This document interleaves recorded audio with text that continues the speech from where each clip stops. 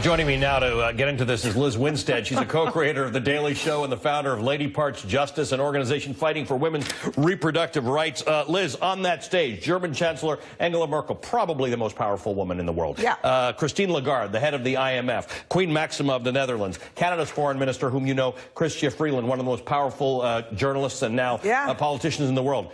And Ivanka clothing designer Ivanka. I think it's a fair question to ask. Is this the woman who should be representing the United States on a major, important global stage talking about women's issues? No, especially since all of those women on that stage got there because they actually had to, in some way, shape, or form, create policies that worked, see those policies implemented. Germany has one of the most incredible policies when it comes to women in the workplace, childcare, healthcare.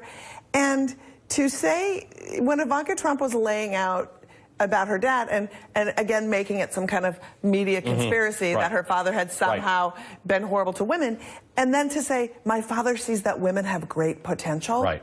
Thanks. Thanks. You know what? I'm feeling really good about that. Yeah. Because I didn't know that women had any potential. So that was an interesting pivot for her, where she said, I've heard that. Yes. So I mean, just saying I've heard Not it. I've witnessed it, not I saw the tape, not I saw my father do that. Yeah. I.e. by the media, and if one wants to go any farther with that, by the fake news. Right. And it's so interesting to me every single time, you know, if people we love mess up, they don't get better if we deny that they're messing up. And we watch this time and time again.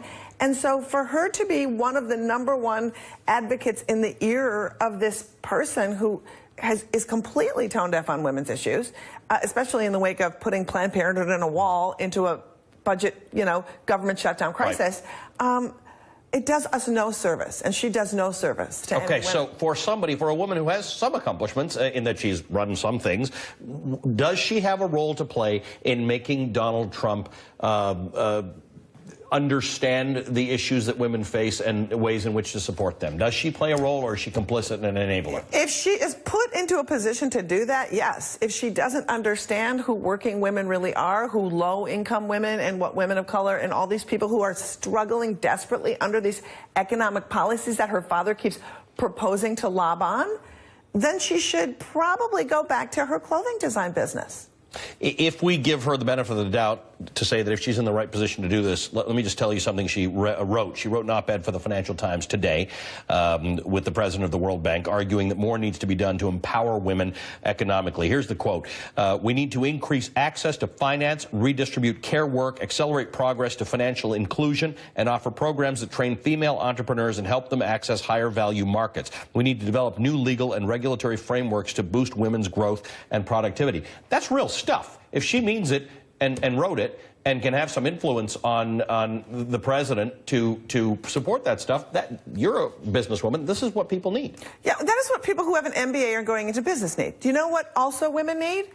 Access to their own destiny, which for poor women and low-income women, the very first thing in an economic freedom path is access to birth control. Right.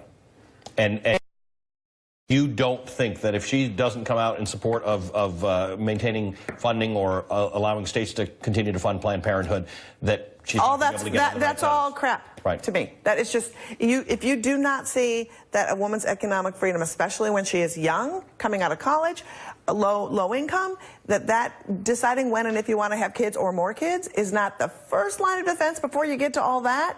Yeah, she is completely tone deaf then.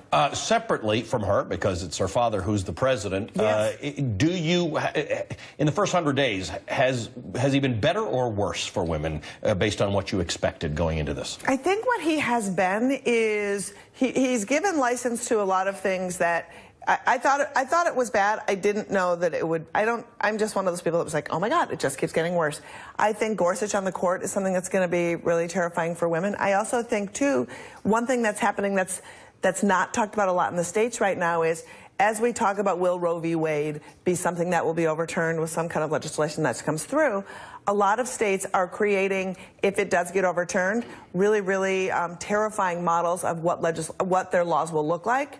if there is no more Roe. Alabama just passed a law that said if Roe v. Wade is overturned, abortion will be completely abolished in our state. So things like that are really scary as that comes down the pike. So look for that in your state legislatures. Well, you're taking a road trip to 16 red states this summer. What's the message? The message is we are trying to help communities who can help create community around these clinics who are doing really good work, help them advocate, and learn from the clinics themselves. So, you know, there's nothing better than rallying people in a nice comedy show and then having somebody from the clinic tell them what they need, create community and support around them. We think we can actually grow some really, really good volunteers and advocates. Liz, thank you for joining us for some analysis on this. Great to see you. Thanks, you too. Liz Winstead is a co-creator of The Daily Show and the founder of Lady Parts.